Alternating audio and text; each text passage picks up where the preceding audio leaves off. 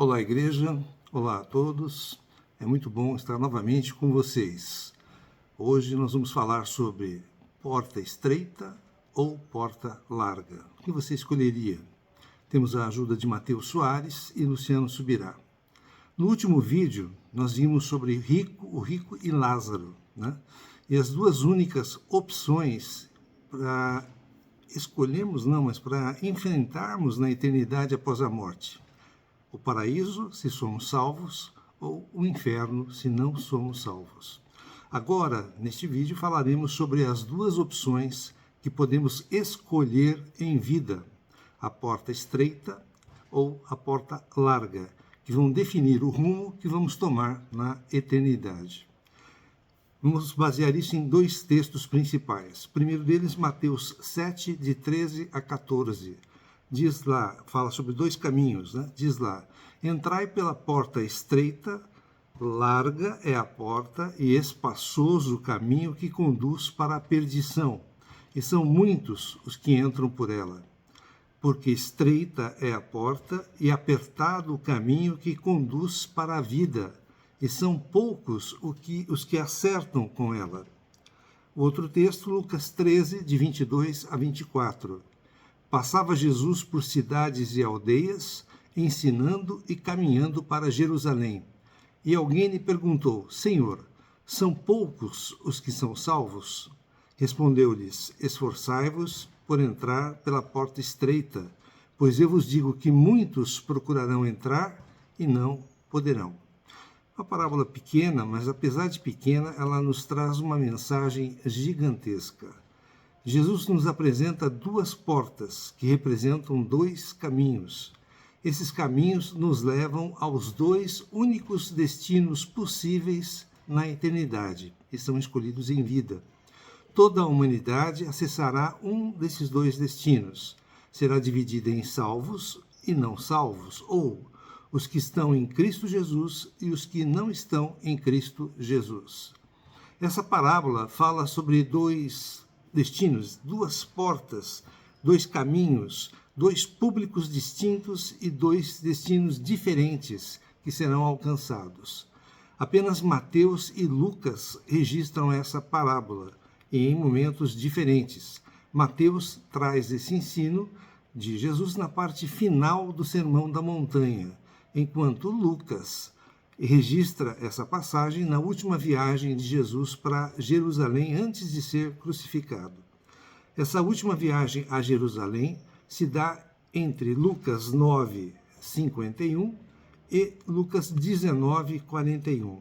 Durante esse tempo, Jesus foi passando por cidades e aldeias, ensinando, curando, pregando o Evangelho. Entendemos que provavelmente Jesus não contou essa parábola por mais de uma... Entendemos que provavelmente Jesus contou essa parábola por mais de uma vez. Não foi só uma, mas mais de uma vez. Em Lucas, essa parábola se originou de uma pergunta feita por alguém que não foi identificado, especificado. Diz: Senhor, é verdade que são poucos aqueles que se salvam? Lucas 13, 23. Jesus não apenas responde falando sobre poucos serem salvos, como também explicou o porquê de muitos não escolherem o caminho da salvação. Optaram de maneira inconsequente pelas facilidades e prazeres apenas desta vida. Todas as vezes que alguém querido por todos nesta vida morre, o que se ouve? Se ouve a seguinte declaração: foi para um lugar melhor, foi para o céu. Entretanto, eu pergunto: todos vão para o céu ao morrerem? De acordo com Jesus, a resposta é não. Pelo contrário, Jesus ensinou essa parábola que a maioria das pessoas não vão para o céu. Puxa, que declaração extremamente confrontadora, né? Para todos os que apreciam a simplicidade, a tradição, a relativização das coisas. Mas no Evangelho não há verdade relativa. Cristo sempre será o único caminho para a salvação. Qualquer outro caminho sempre levará para o inferno. No relato de Mateus, fala-se apenas da existência de dois caminhos e dois destinos. Porém, em Lucas há uma informação a mais. diz: porfiai por entrar pela porta estreita, porque vos digo que muitos procurarão entrar e não poderão. Lucas 13, 24. Se é difícil entrar por essa porta estreita enquanto ela está aberta, impossível será entrar por ela quando ela estiver fechada. Todo esforço necessário para entrar e se manter na porta e no caminho estreito feito hoje valerá completamente a pena. Os dois caminhos são completamente opostos. O caminho da perdição será sempre o mais fácil. Nada é proibido, tudo é possível. O seu coração mandou fazer, você obedece, você faz. Mas o caminho mais difícil é o que nos leva à vida eterna. Muitos autores desenham esse caminho estreito como as apertadas trilhas e rotas das montanhas e desfiladeiros, sempre muito difíceis de serem percorridos. Nesse caminho não se pode levar muita coisa em excesso, né? O excesso de peso pode ser prejudicial e comprometedor ou até fatal. Tudo aquilo que pode nos impedir de alcançar a vida eterna com Cristo deve ser abandonado para conseguirmos chegar até o fim deste caminho. Quando se percorre essas trilhas apertadas, cada passo dado produz em nós a sensação de um obstáculo que foi vencido. Ao contrário, o caminho largo e espaçoso rouba de nós esse senso de esforço a ser conquistado. As facilidades encontradas nessa rota, no caminho largo e espaçoso, não nos fazem perceber o destino para onde ele nos conduz. A gente não percebe. É como se deixássemos a vida nos levar. Jesus alertou que muitos são os que escolhem essa vida, porém esse tipo de vida conduz tragicamente à morte. Alguns autores questionam se nessa trajetória proposta por Jesus vem primeiro a porta ou primeiro o caminho. É a porta que leva ao caminho ou o caminho que leva à porta? Lucas não fala sobre o caminho, apenas sobre a porta. Mateus apresenta primeiro a porta e depois o caminho. Sendo assim, quem entra por qualquer uma dessas duas portas passa a ter a sua vida moldada, daí em diante, por tal escolha.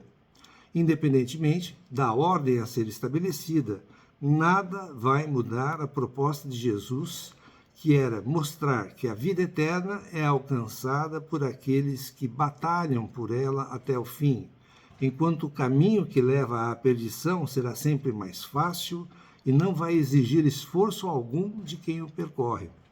O inferno é a recompensa de quem fugiu do sacrifício. É como se para alcançar a vida eterna remássemos contra a correnteza de um rio. E para o inferno, basta ir à deriva, deixar a correnteza nos levar.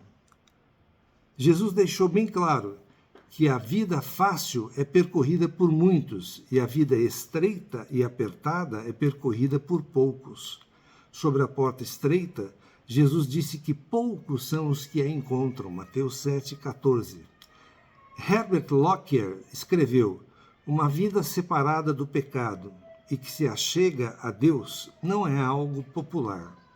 Porém, mesmo sendo poucos os que entram por essa porta estreita, quando se formar toda a reunião dos salvos, ao final, quando o Senhor voltar, existirá uma grande multidão, descrita na palavra como uma quantidade que não se pode contar, de tantas pessoas. Apocalipse 7, 9.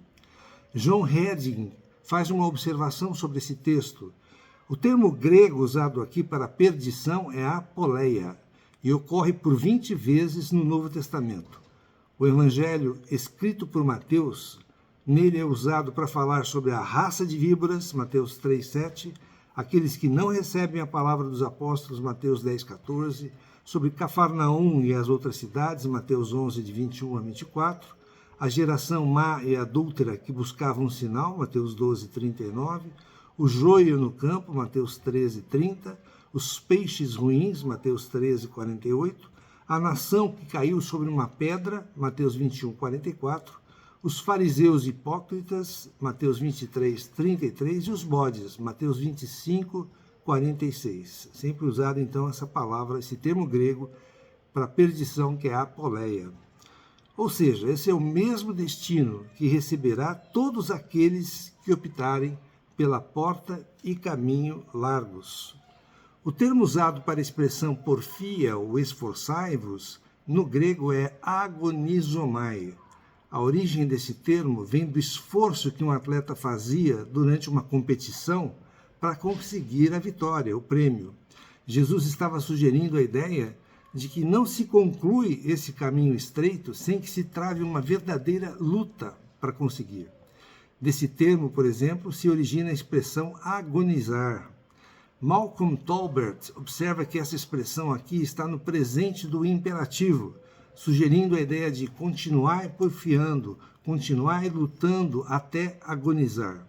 Com isso, a orientação de Jesus é que empreguemos todas as nossas forças com um intenso esforço para concluirmos essa trajetória até alcançarmos a nossa eterna recompensa. Não é fácil, ela não vem de graça, ela exige esforço, perseverança, disciplina.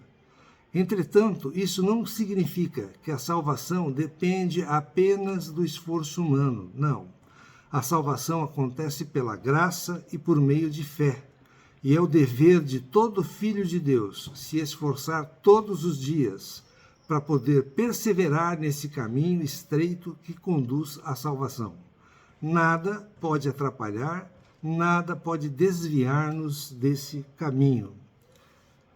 A vida cristã é comparada a um caminho, sim, mas esse caminho tem uma porta, um início e um destino.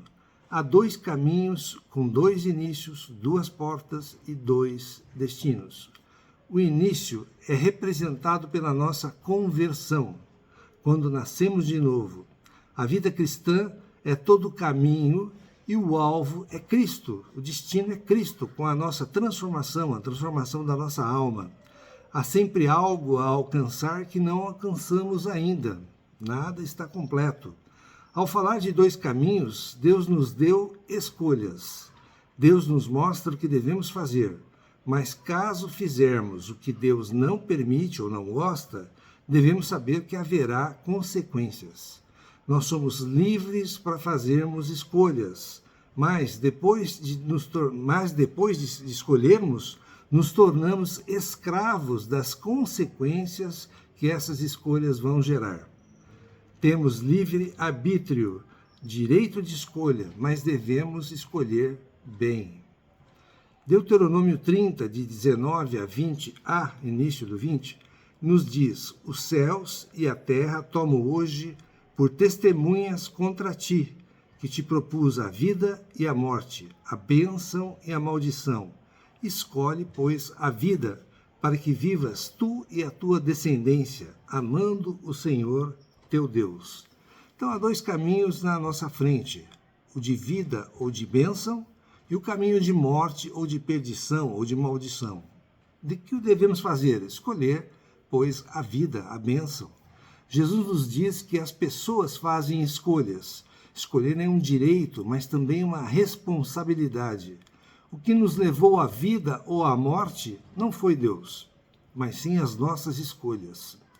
Josué 24:15 nos diz: porém, se vos parece mal servir ao Senhor, escolhei hoje a quem servais. Se aos deuses a quem serviram vossos pais, que estavam da além do Eufrates, ou aos deuses dos amorreus, em cuja terra habitais. Eu e minha casa serviremos ao Senhor.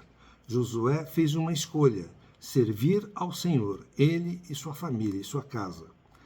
Isaías 1:19 nos diz: se quiserdes e me ouvirdes, comereis o melhor desta terra.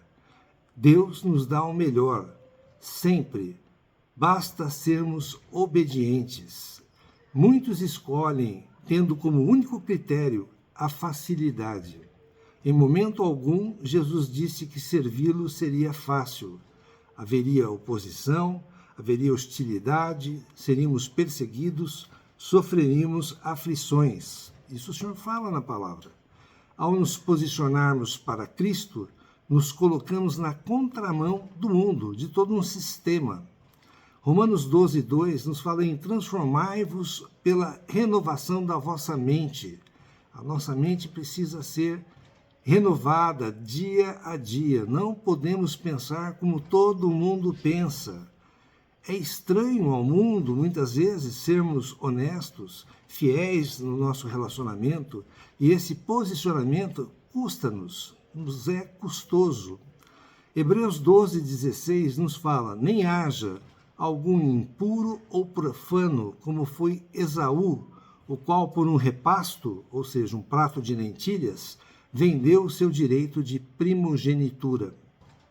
Esaú escolheu o imediato, a facilidade, o matar a fome que o afligia, sem olhar para o futuro, para o seu direito de primogenitura. Perdeu para Jacó. Hebreus 11, 24 a 26 nos diz, pela fé, Moisés, quando já homem feito, recusou ser chamado filho da filha de Faraó, preferindo ser maltratado junto com o povo de Deus a usufruir prazeres transitórios do pecado. Porquanto considerou opróbio, ou seja, desonra, afronta e injúria, considerou o opróbio de Cristo por maiores riquezas do que os tesouros do Egito. Por quê? Porque ele contemplava o galardão, o prêmio. Moisés, diferentemente de Esaú, foi consequente. Não escolheu a facilidade como Esaú. Não seria fácil para Moisés, mas a recompensa valeria a pena. Devemos nos guardar puros em obediência à palavra. Não podemos enxergar somente o momento, mas sim a eternidade. Como Paulo disse, pense nas coisas que são lá do alto. Enxergue o fim do caminho. Não é Deus que dificulta o nosso caminho, ele nos mostra dois caminhos. Deus nos dá a graça para escolher o caminho que parece ser o mais difícil, mas que certamente dá resultado eterno. Onde é que as nossas escolhas nos levam? Quando escolhemos o caminho, também escolhemos o destino.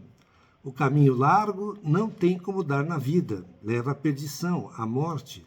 O caminho estreito, o caminho difícil, termina na vida. Provérbios 20, 21 nos fala, a posse antecipada de uma herança no fim não será abençoada, ou seja, precisamos esperar a hora certa para tudo. Tudo acontece no seu devido momento. Não adianta queremos pular etapas, facilitar as coisas. Devemos olhar para o destino que o caminho que nós escolhemos nos leva. Ainda há tempo para mudar. Mude para o caminho certo. Reconcilie-se com Deus. Sempre estamos fazendo escolhas.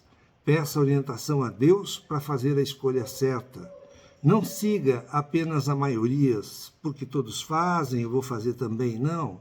Não considere apenas o momento, mas o destino que vem com a escolha, que nos leva à vida eterna, se você escolher a vida com Cristo. Deus nos deu liberdade para fazer escolhas, mas nós somos escravos das consequências das nossas escolhas. Escolhendo certo, você pode usufruir melhor de Deus. Eu espero que tenham gostado. Aqui embaixo está escrito inscrever-se, caso você ainda não tenha se inscrito no canal. Se você gostou, dê o seu like. Isso permite que a mensagem seja liberada e passada para mais pessoas. Tem um significado importante no YouTube. O meu desejo é que todos tenham uma semana abençoada por Deus, que nós possamos estar no caminho certo, no caminho apertado, no caminho mais difícil, teoricamente, mais difícil, entre aspas, mas um caminho com Cristo, escolhendo certo com Cristo, tendo o nosso destino a vida eterna, e não uma coisa que seja provisória, momentânea, mas que nos leva à morte, à destruição. Amém.